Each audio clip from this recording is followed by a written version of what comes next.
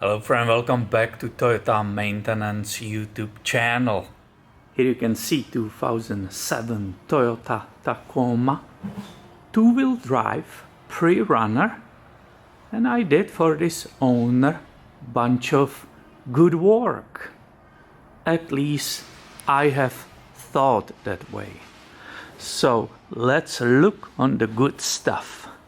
He came to me and he was the typical example of where your brake fluid, it's all uncontaminated.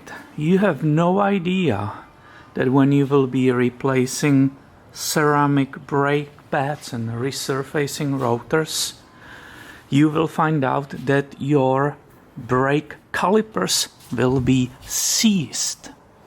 We had no idea, he just came for a brake job, but when pressing the pistons inside, the brake fluid was old and the caliper were seized, had to be replaced. So I have a good feeling about this. These are resurfaced Toyota rotors, we saved them, didn't put some cheap stuff.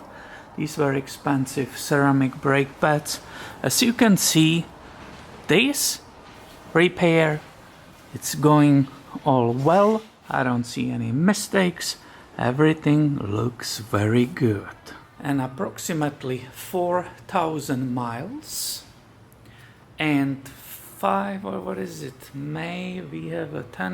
months ago, I have replaced rack and pinion, the entire unit, because it was puking oil. It was basically leaking badly, there was a play, so we decided to replace it. We were discussing the price options and the customer decided go with the Reman unit. And this is the first time I have a problem with the Reman unit in my shop. As you know, guys, I have this shop for a relatively very short time. I will say 3.5 years in the business. That's nothing, but look what happened in 5 months. This customer is one of those people who likes to do most of the work himself. I think he found me on the YouTube first and then he realized I am in his area. So this boot, as it came with that Reman unit, that was the whole unit, is ripped completely, and that's how he saw it. He saw that passenger side. This one, it's all weird. The material, it's kind of weird on it. I wish you can see it. This is all twisted and all screwed up. There is a hole, I just saw it somewhere there.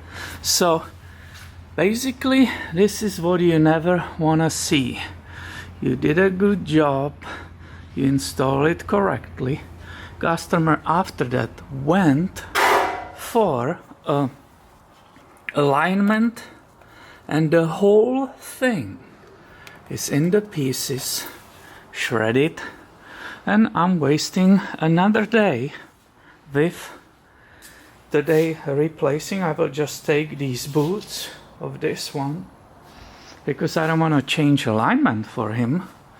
If I yank the whole thing out and the rest of the unit looks perfect, there's nothing wrong, he will again have to go for alignment because I will be not able to put it back correctly. So this is what happens in this business, car repairs. No matter what you do, you unfortunately end up with some redos.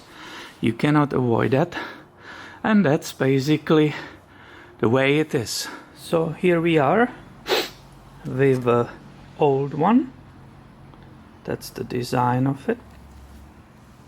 I don't KOK or something. Look how bad it is.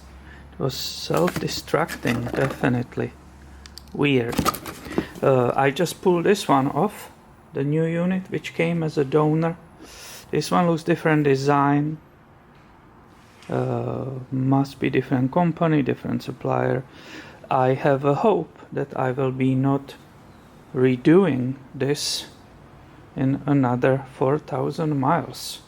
Cross the fingers. So I'm installing new boot and I can show you this crimping tool, which I couldn't last time, for these steel clamps. Do you see that steel clamp? It's from... So this is how it works. This is the crimper, which you carefully go. It's this one-use clamps. And you crimp them this way. Now it's super tight and way better than the plastic zip tie.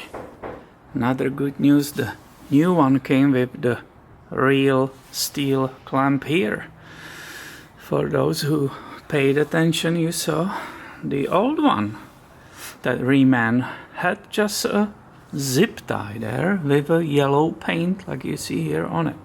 So I believe I will save the alignment for this owner, because I made mark on these parts and I'm reusing everything. So I counted 19 counts. 1, 2, 3. You got the picture, so I will follow there and it should be exactly in the same position as I remove it. And now I'm just using this 15mm open wrench. The inner tie rod is meeting the outer tie rod. This is set, as I said. I have those marks on it, so I will just go all the way when they touch, because that's the way it was. And they just met right here. You don't see the mark because it ended up right there, which is fine. And I will hold the outer with 21. Here is 22. And I will just in the correct position counter them, and that will hold these two parts together, and it will assure the mark is right here where I made it in the beginning. So I see I did max what I can for this owner, not to go back for alignment because the both rubber boots failed. Here on the other side I will do it the mark on forward, not on top. So this is what I did before without you. You just mark the whole thing. You want to have that line there. Therefore, that should save the alignment. I guess when I saw that they used the zip ties with the yellow paint on it, maybe I should have not installed this whole thing at all. But you know how it is. The car is scheduled. This is the new one already nicely working. The car is scheduled. The store brings you a part. Everything is learning for the future, isn't it? So I have finally finished both sides. New boots nicely in the place.